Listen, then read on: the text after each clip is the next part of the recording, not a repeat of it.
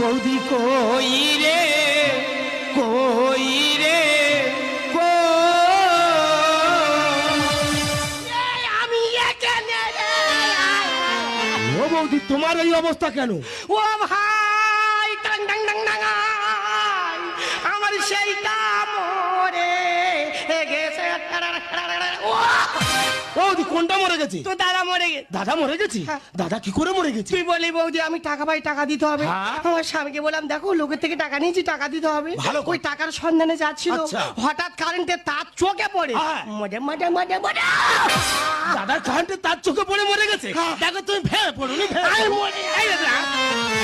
বাবা, আমার কে দায়িত্ব নেবে, কে চুম খাবে? ও বৌদি আমি কি বলি শোনো, মানুষ তো চিরদিন বাঁচে না।